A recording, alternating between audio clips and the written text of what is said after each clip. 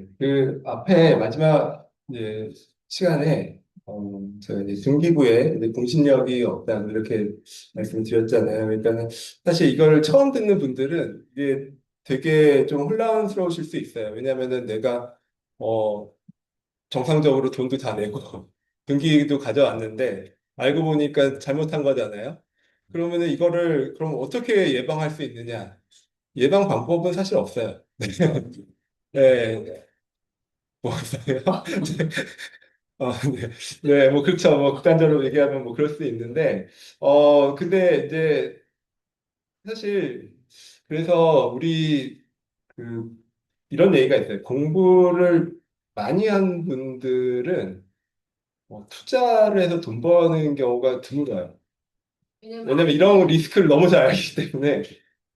근데 이제 사실은, 지금 말씀드린 건 이렇게 해서 정말 뭐 사기를 당한다거나, 이렇게 해서 이제 재산을 잃는다거나 뭐 하는 경우는 사실 극히 드물긴 하거든요. 근데 이제 그렇다 하더라도 한 번 내 케이스에 걸려버리면 진짜 굉장히 심각한 문제가 되기 때문에 그러세요? 네. 근데 우리가 모든 걸 고려할 때 등기부 등본이 네. 기본이잖아요. 네. 그래서 법무사가 와서 동시에 진행을 하잖아요. 네. 근데 이게 보호가 안 된다? 그쵸. 그리고 그게 법무사도 이런 절차적인 걸 할 뿐이지 이런 실체 관계를 확인할 일도 없고 거기에 대해서 책임질 일도 없고 뭐 중개사도 마찬가지고요. 그렇죠. 중개료를 왜 주며 그렇죠. 나라에서 뭐야 네. 은행을 하면 그럼 그렇죠. 민간 등기 수수료를 왜 받으며 뭐 그렇죠. 그렇게 생각할 수 있죠. 네. 뭐 근데 지금 네. 취득세는 뭐니 왜 받으면 그러면 네. 그렇죠.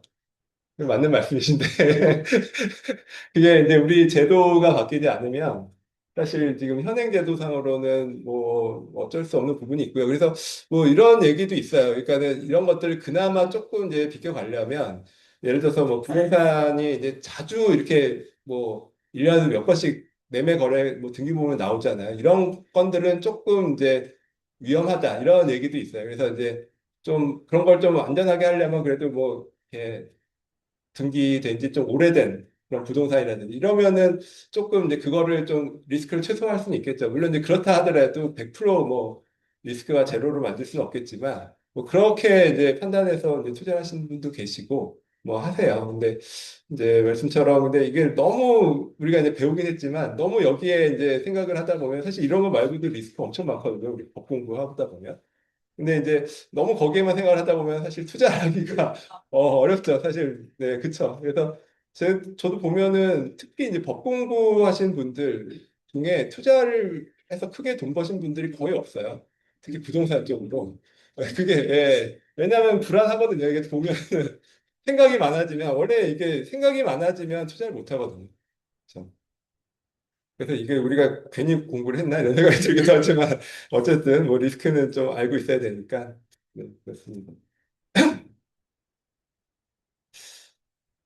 네. 그다음에 이제 취소 사유, 민법상 계약상 계약의 이제 취소 사유에 대해서 공부를 하겠습니다.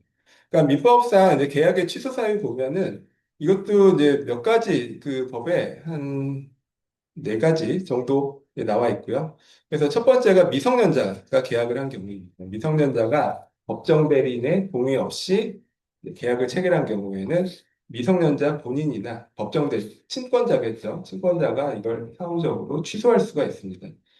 그리고 피성년 후견인, 이게 예전에 얘기한 금치산자예요. 금치산자, 피성년 후견인이 체결한 계약은 가정법원이 정한 범위 내의 것인 경우 또는 일상생활에 필요한 것인 경우가 아니면 성년 후견인이 이를 취소할 수가 있습니다. 그리고 이제 피한정 후견인, 이게 이제 한정치산자죠. 이 체결한 계약은 그것이 한정 후견인의 동의가 있어야 하는 것이었다라면 취소할 수 있지만 또 가정법원이 이제 애초에 이제 한정치산 선고를 할 때 어떤 것은 동의하지 않아도 그냥 혼자서 할 수 있다 이렇게 이제 유보를 해놓는 경우가 있거든요. 그래서 이제 그런 경우라면은 당연히 혼자 할 수 있겠죠. 그리고 또 일상생활에 필요한 정도 뭐 이런 경우로서 대가가 과도한 것이 아닌 경우에는 또 혼자 할 수가 있어요. 이런 것들은 이제 혼자 했다고 해서 나중에 취소할 수 없다 이렇게 볼 수가 있죠. 그리고 이제 이런 1번과 2번의 취소의 경우에는 여기도 이제 선의의 제3자 보호가 되지 않습니다. 그렇죠. 그래서 그 선의의 제3자 보호되지 않기 때문에 예를 들어서 이런 거잖아요. 아까 비슷한 경우로 얘기를 드리면 A가 A와 B가 어떤 부동산에 대해서 매매 계약을 체결했어요. A는 미성년, A가 매도인인데 이 사람이 이제 미성년자예요. 그리고 B는 매수인이죠. 근데 매매 계약을 체결하고 등기까지 넘어갔어요. 그다음에 B가 다시 C한테 제3자죠. 제3자 C한테 또 팔아서 C한테 등기까지 넘어갔습니다. 근데 이게 알고 보니 미성년자가 부모 동의 없이 계약을 체결한 거죠. 그럼 이걸 취소할 수 있잖아요. 취소를 안 할 수도 있지만 취소를 했다라고 하면 계약을 취소하면 계약의 효력이 소급해서 소멸하죠. 그럼 이쪽으로 넘어간 등기도 취소한 순간 이 무효인 등기가 됩니다. 그럼 이렇게 넘어간 등기도 결국 무효예요. 그럼 여기서 이 사람이 난 몰랐다. 나는 이게 뭐 미성년자가 파는데 내가 이걸 어떻게 아냐. 이렇게 몰랐다라고 생각할 수가 있잖아요. 근데 이 경우에도 지금 손해 제3자에게 뭐 대항하지 못한다. 이런 규정이 없잖아요. 그럼 원칙으로 돌아가서 이거는 공신력이 없기 때문에 등기부의 공신력이 없기 때문에 이 경우에 미성년자가 취소를 하고 이 등기를 가져올 수가 있어요.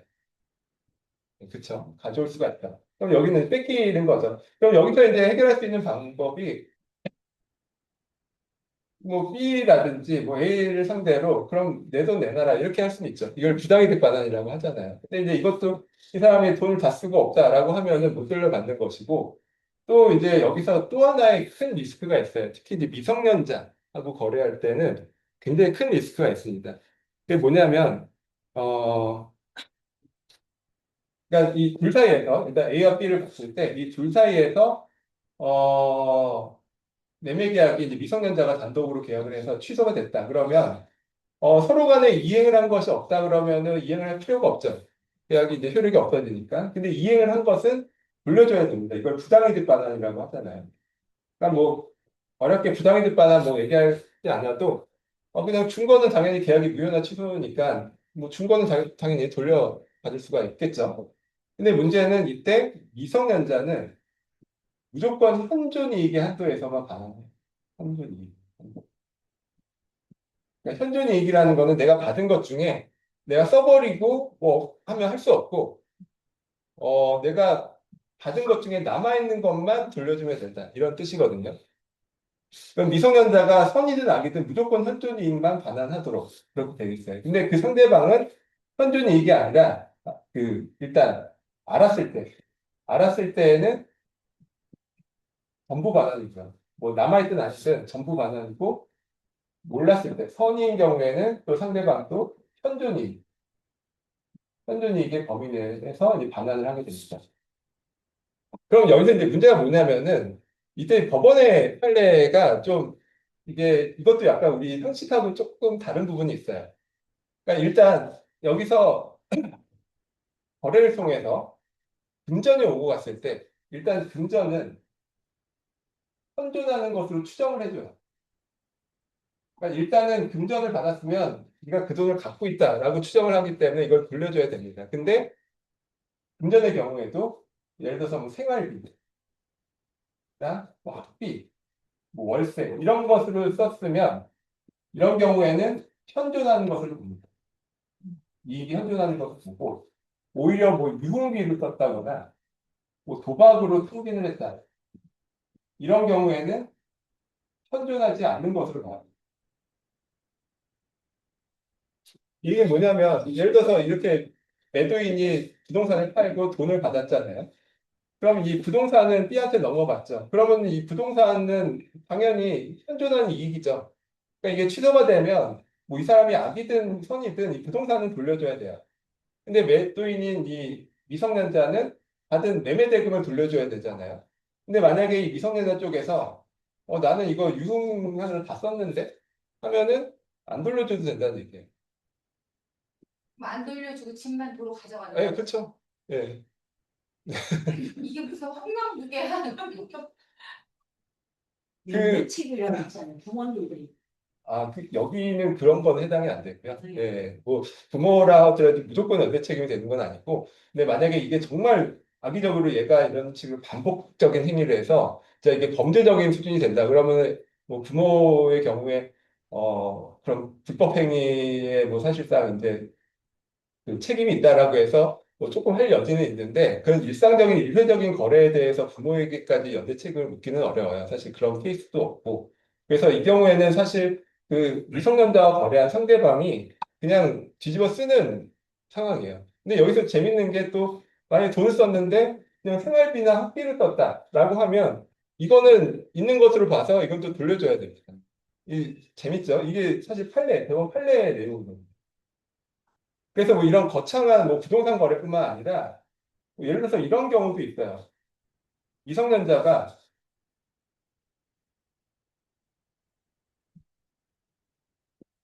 이게 미성년자인데 화장품 가게에서 화장품을 사요. 돈 주고 샀겠죠. 근데 화장품을 사서 갖고 와서 화장품을 열심히 써요. 열심히 써서 거의 바닥을 냈어요. 근데 그 다음에 이 계약을 취소를 합니다. 부모 동의가 없으니까 취소를 할 수가 있겠죠. 그러면은 이제 서로 이제 돌려줘야 되죠. 근데 미성년자는 현존하는 이익의 범위 내에서 돌려주면 되니까 다 썼으면 안 돌려줘도 되고, 아니면 남은 것만 돌려주면 돼요. 근데 이 화장품 가게 주인은 돈을 받았잖아요. 일단 돈은 현존으로 추정이 되고, 물론 이 화장품 가게 주인도 나는 이게 미성년자인지 몰랐다. 근데 이게 사실은 이게 조금 애매한 게 미성년자인지 알았을 경우가 많거든요. 그러면 이제 무조건 다 돌려줘야 되고, 설령 몰랐다 하더라도 돈으로 받았으니까 유흥비로 상진한 게 아니라 돈은 다 돌려줘야 돼요. 그러니까 사실상 이런 경우에 대부분은 미성년자는 그냥 남은 거 돌려주고 아니면 다 썼으면 안 돌려줘도 되고 상대방은 받은 돈은 다 돌려주는 이런 식으로 실제로 이루어지거든요. 우리 현행법이 이래요, 지금 현재. 그러니까는 우리 현행법은 미성년자의 보호를 최우선의 가치로 두고 있어요. 예, 예, 그렇죠. 그래서 사실 제가 그 어떤 분이 예전에 어떤 분이 자기 이제 그 미성년 자녀분이 이런 걸 하신다고 그러더라고요. 이걸 어떻게 알아서. 네. 근데 애들이 완전 똑똑한 거죠. 이게 이렇게 할 수 있구나. 그럼 뭐 할 수 있겠죠, 사실, 이게. 그래서 우리나라에서 미성년자하고 거래하는 거는 굉장히 리스크가 커요.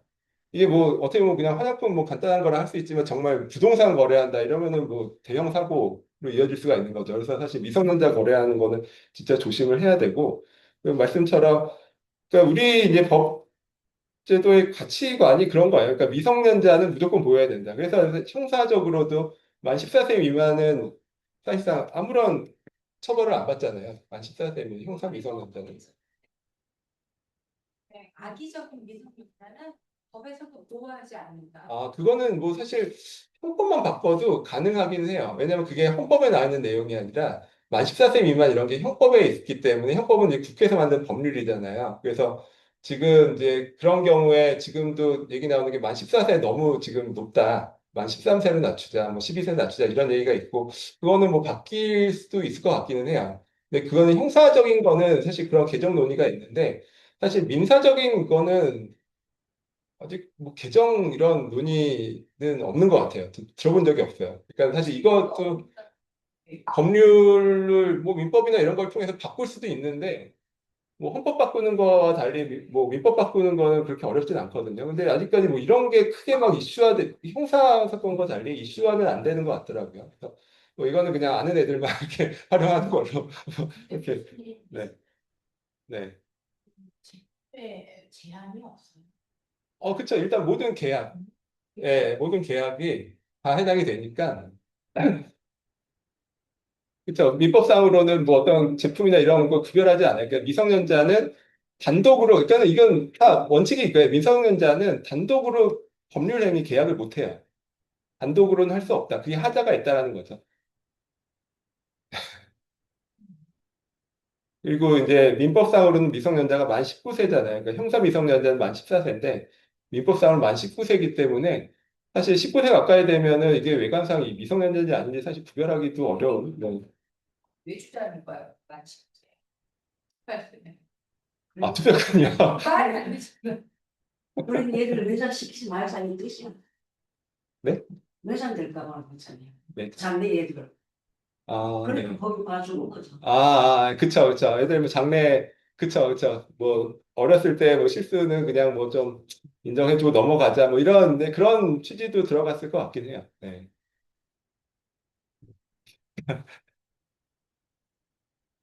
네, 네, 그렇고요.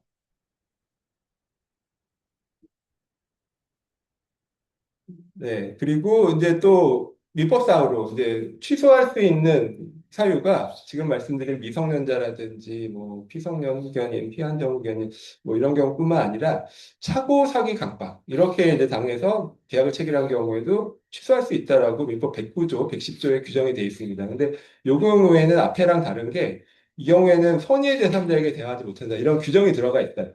그러니까 이런 경우는 마치 이제 공신력, 등기부의 공신력이 인정되는 것과 같은 뭐 그런 효과가 있는 거죠. 이런 경우에 등기부 믿고 거래한 경우에도 이제 보호를 받을 수 있다. 뭐 이런 내용이고요.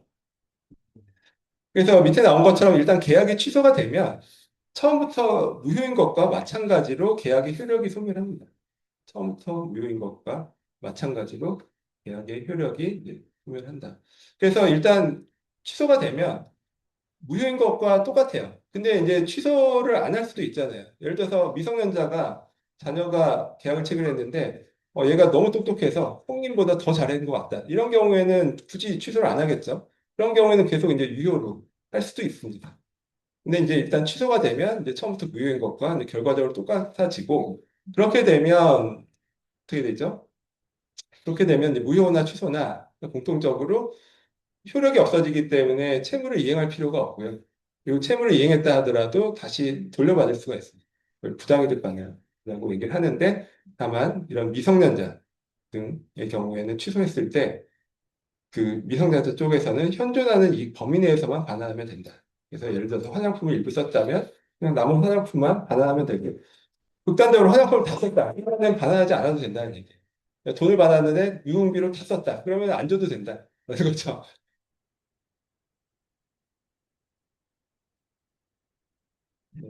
그렇고요. 그다음에 이제 계약서 작성, 뭐 우리가 이제 계약서를 작성하는 거는 이제 뭐 당연히 중요하죠. 왜냐하면 아까 말씀드린 것처럼 계약은 당사자 사이에 이제 계약의 내용이 법보다 더 우선해서 적용되기 때문에 계약을 어떻게 잘 쓰느냐에 따라서 이게 분쟁이 그 운명이 달라질 수밖에 없습니다. 그래서 계약서 작성이 당연히 중요한데 일단 뭐 큰 틀에서 일단 우리가 좀 알아둬야 될 내용이 일단은 구두 계약도 유효하다는 거예요. 우리가 계약서를 꼭 꼼꼼하게 서면으로 작성하는 것뿐만 아니라 그냥 말로써 약속을 했다 하더라도 이거는 유효합니다. 똑같이 유효하다. 그러니까 차등이 없어요. 서면으로 하는 계약과 구두로 하는 계약이 똑같이 유효하다. 그래서 근데 이제 그럼에도 불구하고 왜 우리가 이제 계약서를 쓰는 게 좋다라고 얘기를 하냐면 구두 계약은 이 과연 계약이 됐는지 안 됐는지 또 계약을 구체적으로 어떤 내용을 했는지가 불분명할 수가 있잖아요. 그렇기 때문에 이제 계약서를 쓰는 것이 좋다라는 뜻이지 무조건 계약은 계약서로만 써서만 계약이 되는 것은 아니에요. 그래서 뭐 심지어 예를 들어서 내가 누구한테 내가 가진 뭘 당신에게 주겠다라고 얘기를 하고 상대방이 오케이를 하면 증여계약이 성립이 돼요. 부두라도 증여계약이 성립이 되죠. 그럼 내가 그냥 별 생각 없이 얘기했을 수도 있어요. 근데 별 생각 없이 그냥 그렇게 얘기를 했는데 상대방이 만약에 그걸 녹음을 했다. 그러면 그것도 똑같은 이제 효력이 있기 때문에 그거는 줘야 돼요.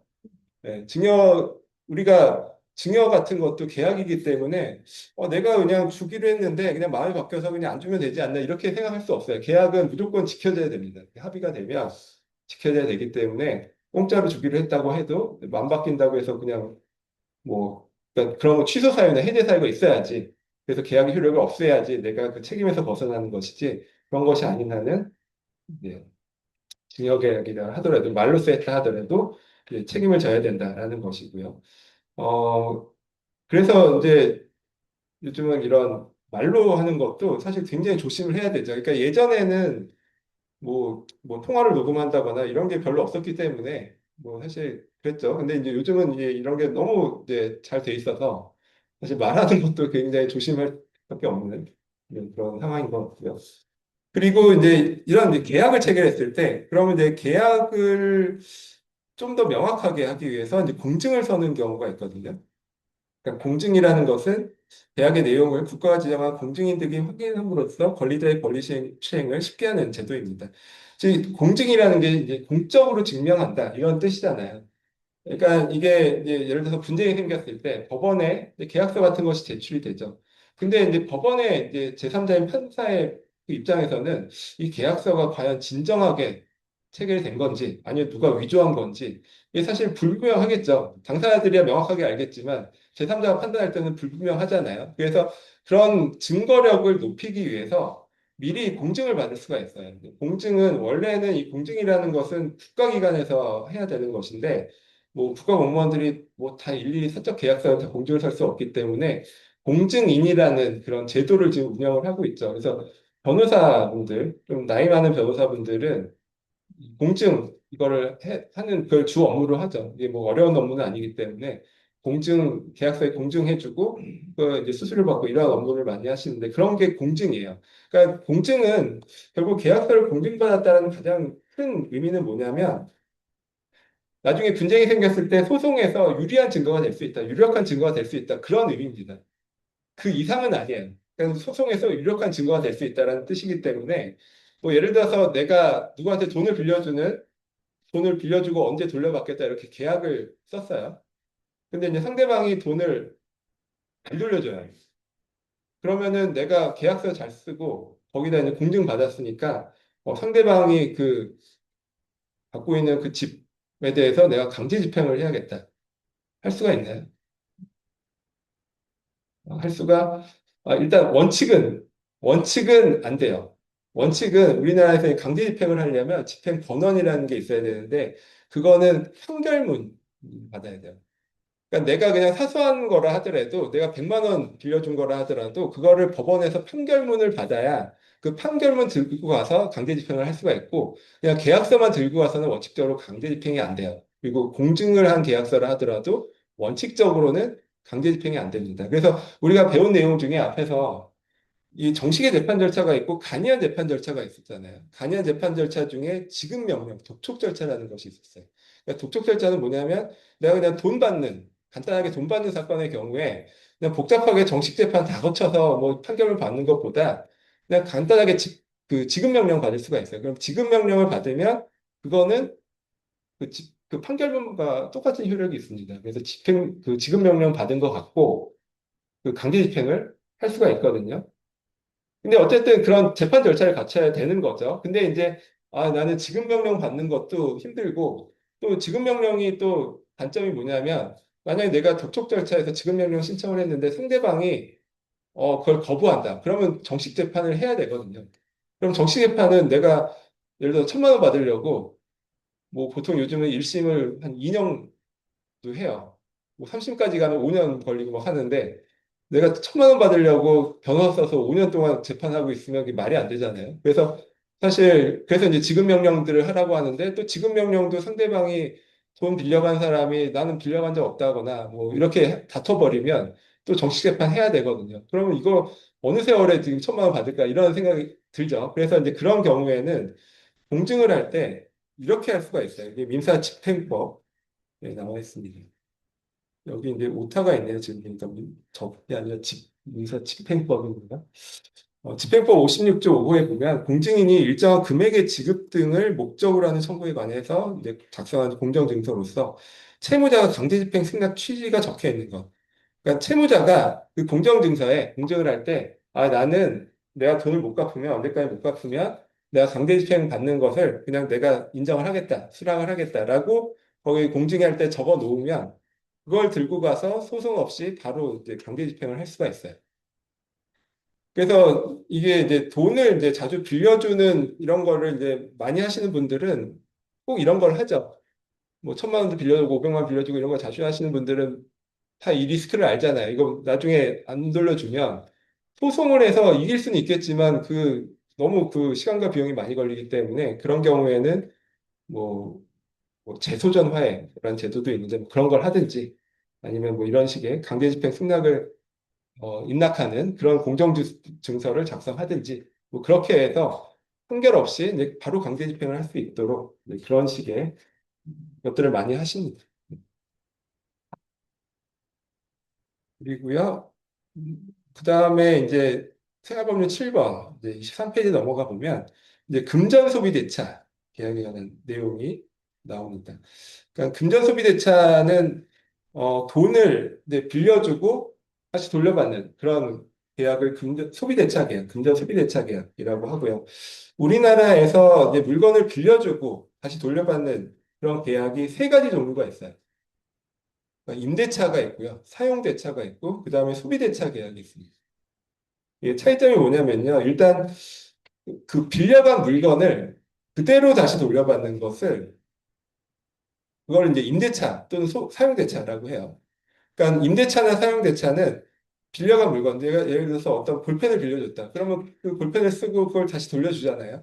그러니까 그런 것을 임대차 또는 사용대차 계약이라고 하고, 다만 임대차와 사용대차의 차이는 이게 유상이냐 무상이냐 차이죠. 임대차는 뭐 월세 같은 임대료를 받고 빌려주는 것을 임대차라고 하고, 사용대차는 그냥 빌려주는 공짜로 그 대가 없이 빌려주는 것을 사용대차라고 합니다.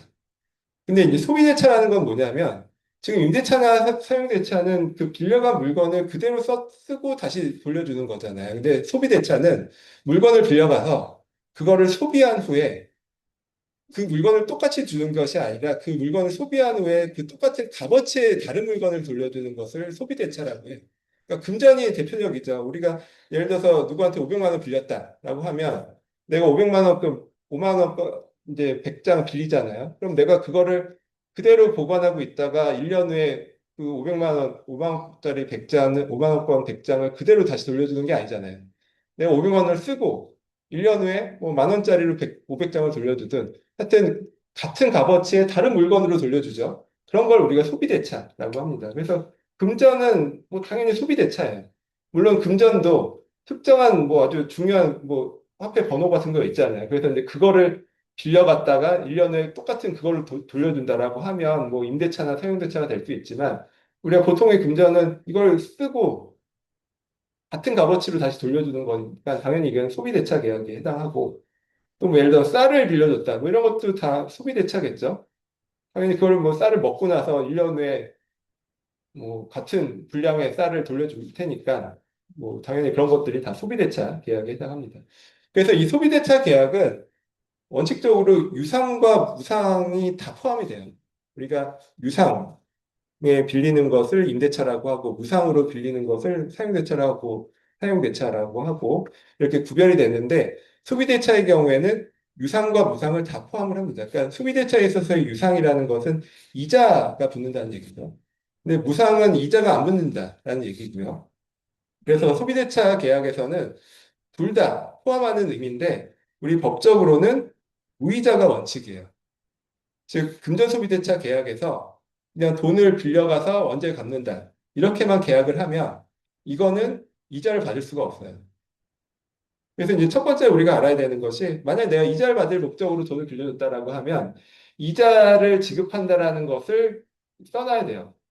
그럼 그렇게 하지 않으면 무이자가 원칙이기 때문에 그냥 뭐 원금만 다시 돌려받는 뭐 그런 거죠. 그런데 이럴 수가 있잖아요. 이자는 주기로 했는데 이유를 안 정할 수도 있죠. 뭐 이자율을 뭐 10%를 할지 5%를 할지 안 정했다라고 하면 그럴 때는 우리나라는 특정 이율이라는 것이 있습니다. 그러니까 당사자들이 약속을 통해서 정하는 것이 아니라 뭐 당사자들이 약속을 통해서 정하는 걸 약정 이율이라고 하잖아요. 근데 법에서 그냥 정하는 이율이 있어요. 그걸 5%. 연애 5%죠. 그래서 만약에 이자를 지급하기로 했는데 이율을 정하지 않았다. 그러면 연애 5%가 자동으로 적용이 되고요. 근데 다만 이제 상거래 뭐 행위로 인해서 이제 돈을 빌렸다라고 하면 상사 법정 이율은 1%가 더 붙습니다. 그래서 연 6%가 법정 이율로 적용이 되고요. 그래서 금전소비대차 계약을 한다라고 하면 일단 이런 이자에 관한 내용을 잘 써놔야 될 것이고요. 그 다음에 이제 또, 네, 중요한 내용은 담보에 관한 내용들을 써놔야 되겠죠. 담보. 담보는 크게 보면 물적 담보와 인적 담보로 구별이 돼요. 그러니까 물적 담보는 물건을 담보로 잡는 것이고, 인적 담보는 뭐, 좀 이상하게 얘기하면 사람을 담보로 잡는 거죠. 그러니까 이게 보증 같은 거죠. 보증이 인적 담보입니다. 그리고 물적 담보는 예를 들어 부동산의 경우에는 등기 설정하잖아요. 그런 것들이 이제 물적 담보인데 물적 담보와 인적 담보의 가장 큰 차이점은 물적 담보의 경우에는 그 특정 재산에 우선권이 있어요. 그래서 내가 이제 등기로 저당권 설정하고 그 다음에 뭐 다른 사람들이 또 돈 빌려주고 거기 밑에다가 저당권 설정해도 내가 우선권이 있잖아요. 근데 그런 식으로 이제 물적 담보는 그 특정 물건을 대상으로 담보를 잡는 것이기 때문에 우선권이 있다. 반면 인적 담보는 우선권이 없어요. 우선권이 없다는 건 이런 뜻이죠. 내가 예를 들어서 누구한테 돈을 빌려주면서 그 돈을 빌려간 채무자의 아주 친한 친구가 엄청 부자예요. 그래서 이제 그 사람을 보증을 세운 거죠. 근데 이제 돈을 빌려갈 때는 분명히 부자였는데 나중에 돈을 갚을 때는 또 망해서 이제 돈이 없을 수도 있잖아요. 그러니까 그런 경우에는 어쨌든 사람을 담보로 잡은 경우에는 재산에 대한 우선권이 없기 때문에 뭐 그런 경우에는 또 어쩔 수가 없죠. 네. 우선권이 없으니까. 네, 그런 것들. 그래서 이제 이런 것을 일반 재산이라고 하고요. 보증인의 일반 재산, 즉 인적 담보는 보증인의 일반적인 재산으로 채권을 담보하기 때문에 굉장히 담보력이 약하죠. 그 일반 재산이라는 것이 특정되지 않았으니까 뭐 있다가 없어질 수도 있고 한 거죠. 근데 이제 물적 담보는 특정한 물건, 부동산이든 동산이든 특정한 물건을 담보로 잡은 것이니까 특정 재산을 담보로 잡은 것이고 그 특정 재산에 대해서는 우선권이 있다. 이런 것이 차이가 있습니다. 그리고 이제 때로는 동산, 뭐 시계나 뭐 핸드폰 이런 동산을 담보로 잡을 수도 있잖아요. 그러니까 부동산을 담보 잡을 때는 저당권 등기를 하고 동산을 담보로 잡을 때는 이런 것을 우리가 질권을 설정한다라고 해요. 동산의 경우는 질권. 그럼 이런 질권은 등기가 없잖아요. 우리 시계 이런 거 등기부 없죠. 그럼 이런 경우 어떻게 질권을 설정하냐면 점유를 이전함으로써 질권을 설정합니다. 그래서 이제 우리 뭐 서울이나 이런 데 뭐 전당포 이런 게뭐 거의 없는데 이게 뭐 이런 강원랜드 뭐 이런 데 가보면은 주변에 전당포 이런 거 많이 있잖아요. 그런데 가보면은 거기서 이제 그런 거 하다가 이제 돈이 모자른다 그러면은 전당포 같은 데 찾아가서 시계를 맡기죠. 시계를 맡기면 전당포 주인한테 넘겨주고 돈을 받아오죠. 이게 이제 질권 설정 행위예요. 그래서 등기, 저당권 등기하는 것처럼 시계 같은 동사는 그런 식으로 점유를 이전하고 돈을 받아오면 그게 이제 물적 담보를 설정하는 것이고 그래서 그 시계에 대해서는 시계라는 특정 대상에 대해서는 전당포 주인 즉 채권자가 우선권을 갖고 있어요. 그리고 나중에 돈을 갚으면 시계를 다시 돌려받죠. 그런 게 이제 질권 설정이다. 이해를 하시면 되고 그래서 이런 동산이나 부동산을 물적 담보로 해서 그 담보를 잡을 수도 있고요. 또 많이 이제 이루어지는 것이 뭐 전세 보증금, 보증금을 또 담보로 잡는 경우가 많이 있어요. 그러니까 예를 들어서 내가 집에 이제 전세를 사는데 전세금이 보통 크잖아요. 뭐 몇 억씩 되는데 근데 전세금 내가 다른 돈을 빌려야 되는데 전세금으로 잡혀 있다. 그러면은 내가 그 전세금을 담보로 잡고 뭐 돈을 빌릴 수가 있겠죠. 근데 이때 그 전세금을 담보로 잡을 때는 주의할 것이 있습니다. 반드시 집주인, 즉 임대인의 승낙을 얻거나 아니면 최소한 임대인에게 채무자 그 전세 그 집주인에게 이걸 통지를 해줘야 돼요.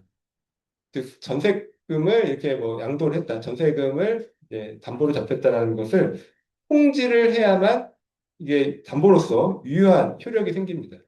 그래서 이제 저도 예전에 그 어떤 이제 학생분이 이런 질문을 하셨어요. 저희 이제 상가 그 점포를 하나 소유하고 계신데 그 기존에 있었던 임차인이 이제 만기가 돼서 보증금 돌려주고 이제 퇴거를 한 거죠. 근데 그 한참 후에 갑자기 어떤 사람이 내용 증명을 보낸 거예요. 그 상가 소유주 분한테. 그 내용이 뭐냐면 보증금을 내가 담보로 잡고 그 원래 기존 임차인한테 돈을 빌려줬으니까 담보 잡고 돈을 빌려준 거니까 당신이 즉 임대인 소유자가 이 보증금을 그 채권자 돈 빌려준 사람 자기한테 돌려줘야 된다라는 내용 증명을 보낸 거죠. 근데 이제 그래서 이제 그분이 내용 증명 받고 저한테 뭐 어떻게 해야 되냐고 물어보시더라고요. 근데 이제 여기서 이제 핵심은 통지를 받았냐, 예, 통지를 받았냐. 그러니까 만약에 이 사람들이 이렇게 전세금이나 보증금을 담보로 잡고 돈을 빌리면서 집주인이나 임대인에게 통지를 했으면 뭐 승낙을 받았으면 더 할 건 없고 통지라도 했으면 이러면 이제 그 임대인분이 문제가 생깁니다. 왜냐하면 통지를 받았으면 이 물적 담보의 효력이 생기는 것이기 때문에 이 보증금을 만기됐다고 해서 임차인한테 그냥 함부로 주면 안 돼요. 당연하죠. 이게 이제 우선권을 갖고 있는 거죠. 그 임차인한테 돈을 빌려준 그 채권자가 그 우선 효력을 갖고 있는 거기 때문에 임차인에게 만기됐다 해서 이제 전세금이나 보증금을 돌려주면 나중에 이 채권자에게 다시 또 돈을 갚아야 되는 문제가 생겨요. 근데 만약에 통지도 받은 것이 없다라고 하면 이거는 물적 담보로서 효력이 없는 거죠. 그럼 자기들끼리 뭐, 그러니까 보통 이렇잖아요. 그냥 전세 계약서나 임대차 계약서를 넘겨주고 이거를 담보 잡았다라고 본인들이 생각을 하는 경우가 많아요. 근데 그거는 담보로서의 효력이 없어요. 우리가 이게 동산처럼 뭐 점유를 이전했다고 해서 계약서에 점유를 이전했다고 해서 담보의 효력이 생기는 것이 아니라 뭐 이런 경우처럼 그 임대인에게 집주인에게 또는 뭐 건물주에게 통지를 해줘야 됩니다. 보통 그래서 내용 증명에 따라서 이제 내용 증명 우편으로 통지를 하거든요. 근데 만약에 통지를 안 했다라고 하면 그건 담보의 효력이 없기 때문에 뭐 집주인 뭐 원래 임차인에게 보증금을 다 돌려줬다 하더라도 뭐더 이상 이제 그 사람에게 집주인에게 책임을 물릴 수가 없습니다. 네, 그런 내용들이 이제 담보에 관한 내용이고, 그래서 이제 이런 것들이 우리가 금전 소비대차 계약을 할 때 지금 이자라든지 뭐 이런 담보에 관한 내용이라든지 이런 것들은 자세하게 우리가 이제 기재를 해야 되는 것들이죠. 그래서 이제 담보와 관련돼서 이제 보증이라는 것이 중요한데 우리가 다음 주에는 이 보증과 관련돼서 좀 자세한 내용을 우리가 같이 공부를 할 거예요. 뒤에 보시면 나오거든요. 바로 뒤에 생활금융 8번에서 연대보증에 관한 내용이 나오는데, 뭐, 이 지금 금전 소비대차 계약과 관련돼서 그 연대보증에 관한 내용까지 이제 다음 주에 같이 공부를 하도록 하겠습니다.